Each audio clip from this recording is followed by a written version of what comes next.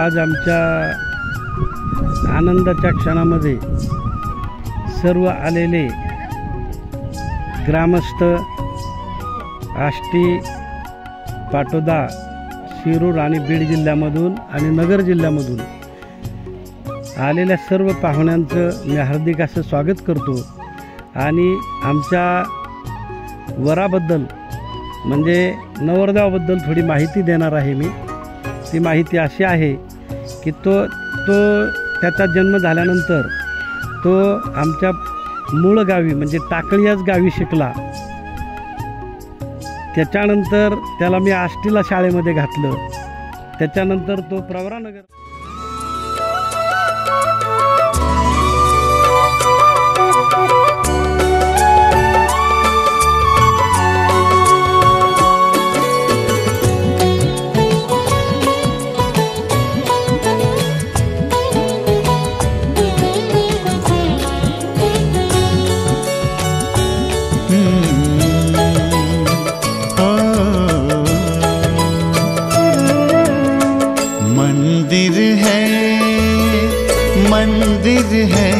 मंदिर है घर ये हमारा, मंदिर है घर ये हमारा।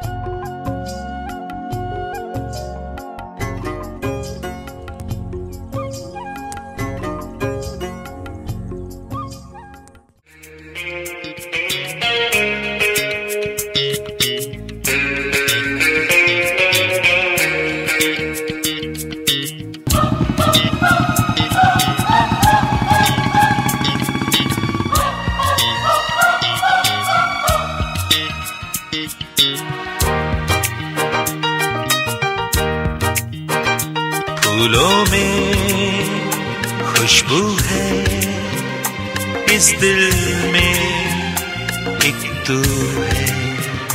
जन्मों के साथ हम साथ साथ हैं, जन्मों के साथ हम साथ साथ हैं।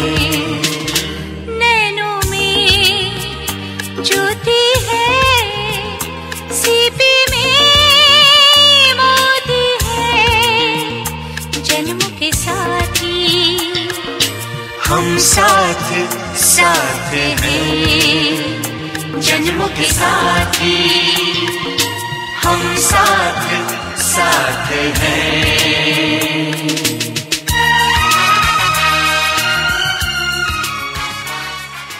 पुढे जाऊन त्याला पाचगणीला शाळेत पाठवलं आणि नंतर त्याला लातूरमध्ये सुद्धा काही दिवस 12वीच्या माध्यमामधून शाळेच्या साठी ठेवलं होतं।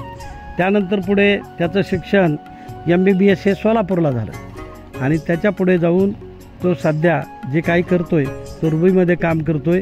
निश्चित तो सुरुवातीला लहान असताना शाळेची आवड नव्हती, परंतु तो आज डॉक्टर झाला याचा अभिमान आमच्या चौधरी कुटुंबियालाच नाही तर सर्व ग्रामस्थांना, त्याचप्रमाणे आमच्या सर्व नातेवाईकांना, आमच्या मित्रमंडळींना सर्वांना त्याचा अभिमान वाटतो। आणि त्याचा आज या ठिकाणी शुभमंगल होत आहे, म्हणजे 2 हाताचे 4 हात होणार आहेत, एवढीच या ठिकाणी त्याला शुभेच्छा देतो आणि बाकी या ठिकाणी थांबतो। आमच्या घरातलं सोनू म्हणजे सर्वांचं आवडतं व्यक्तिमत्व। तो आमच्या कुटुंबामध्ये सगळ्यात हुशार मुलगा आहे। आज आमच्या घरामध्ये शिक्षण क्षेत्रामध्ये सर्वात जास्त शिक्षण घेतलेला म्हणजे आमचा सोनू आहे। डॉक्टर प्रशांत उर्फ सोनू हा माझा मोठा भाऊ आहे। डॉक्टर प्रशांत यांनी आमच्या फॅमिलीमध्ये एज्युकेशनसाठी फाउंडेशन सेट केलेलं आहे, त्या आधारे आम्ही सगळे भाऊ शिकलेलो आहोत। बद्दलचा तो किस्सा आठवतो का? जेव्हा आम्ही सुट्टीला आलो होतो, मामा ट्रॅक्टर शिकत होते. ट्रॅक्टर शिकता शिकता त्यांनी झाडावर घातलेला ट्रॅक्टर. लहानपणी रडत होता, चळीत होता. सोनूचा जन्म 3 मार्च 96 झाला आहे आणि त्यानंतर ज्यावेळेस जन्म झाला त्यावेळेस पहिला सगळ्यात मोठा मुद्दा हा होता की वैष्णव करायचं होतं आम्हाला घर. त्यामुळे त्याला 5वीच्या दिवशीच माळ घालण्यात आली. त्यालाच काय पण आमच्या 3ही मुलांना 5वीच्या दिवशी माळ घातलेल्या आहेत. त्यामुळं संस्कार चांगले लागले, शिक्षणात अडचण आल्या नाहीत. असं आहे, पाहिजे तिथं शिकण्यास तयार झाला. एक तो साधारण आमचे आई त्यांना आष्टीला घेऊन शाळेमध्ये जायच्या नानी, तर तो बसत नव्हता. जर बसला तर आतलं शिकलेलं आमच्या नानींचं टोटल पाठ झालं होतं इंग्लिश मीडियम. आणि त्यानंतर मग तो हळूहळू शिकला, शाळेत बसायचं शिकला.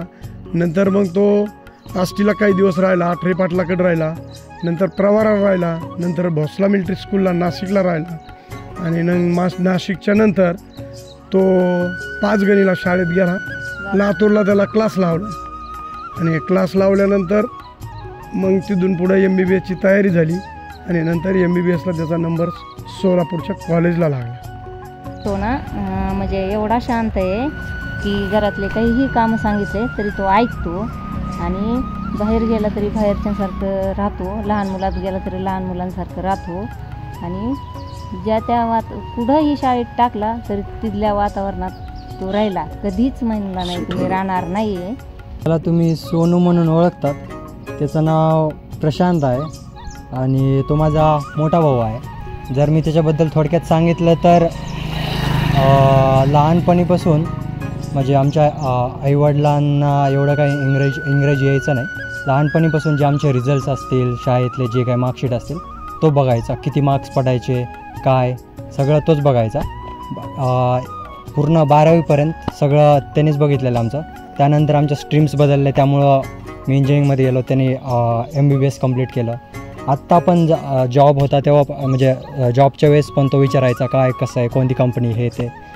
आजपर्यंत जेवढ्या पण संकटी आल्यात, जसं की आपलं हे शिक्षणाचं झालं, कॉलेजेस झाले किंवा प्लेसमेंटच्या वेळेस, तर त्याच्यात सगळी मदत झाली. आणि आय गेस आम्ही जिकडे जिकडे गेलो, लातूर झालं, पुणे झालं, आम्ही सगळ्या सोबतच राहायचो आम्ही दोघं पण. आणि तेच, आणि आता हे आमच्या घरातलं म्हणजे आमच्या तिघांमधलं सगळ्यात मोठं आहे असल्यामुळं त्याचं आमच्या ह्याच्यातलं पहिलंच लग्न आहे. आणि माझं फर्स्ट इयरचं PG चालू होतं. त्यानंतर वडिलांनी स्थळ आणलं,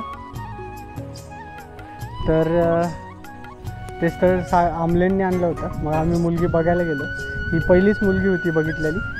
त्यानंतर आम्हाला निर्णय विचारण्यात आला. मग आम्ही पहिल्याच मुलीसाठी हो म्हणलो.